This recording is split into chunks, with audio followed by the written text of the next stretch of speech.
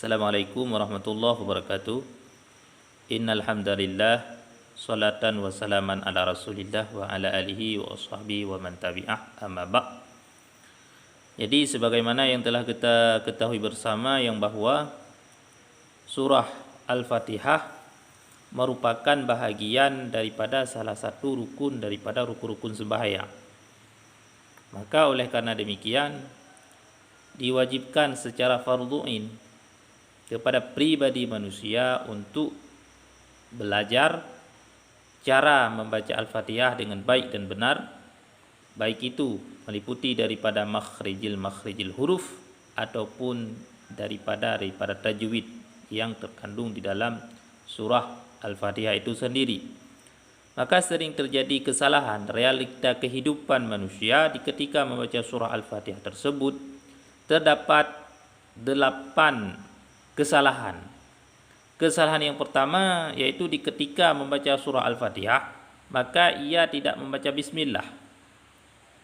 Karena ini surat Al-Fatihah terdiri daripada 7 ayat. Termasuk salah satunya ayat yang pertama adalah Bismillahirrahmanirrahim. Nah, ini tandanya. Maka wajib terhadap kitanya di ketika kita baca surah Al-Fatihah untuk tamlai dengan bismillah, karena bismillah merupakan awal ayat daripada surah Al-Fatihah itu sendiri. Kemudian kesalahan yang kedua sering kita jumpai pada bacaan kita manusia adalah di ketika membaca alhamdu. Seringkali orang baca alhamdu haraya bukan ha kecil. Pada ini alhamdu bacaannya ada alhamdu. Ini merupakan kesalahan yang perlu kita perbaiki. Kemudian kesalahan kedua di ketika membaca alamin. Kebanyakan manusia di sini tidak memanjangkan alamin. Pada ini panjangnya 1 alif 2 harakat. Kemudian yang ketiga di ketika membaca ar-rahmanir rahim. Ha itu nyan haubut dan harai ar-rahman. Ada orang baca ar-rah. Kemudian yang keempat di ketika membaca kalimat iyyaka na'budu wa iyyaka nasta'in. Yang orang baca seolah-olah ya-nya hana tasdid.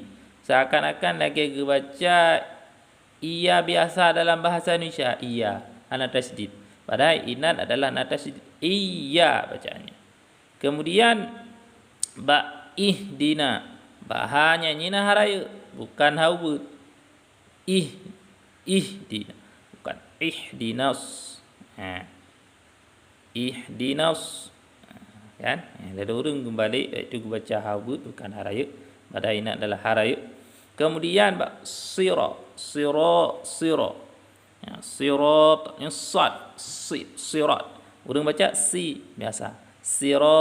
Siratal. Ini kesalahan. Kemudian yang ke-8 di ketika membaca waladhdallin. Nyawa itu dang nyoile baru tasdid.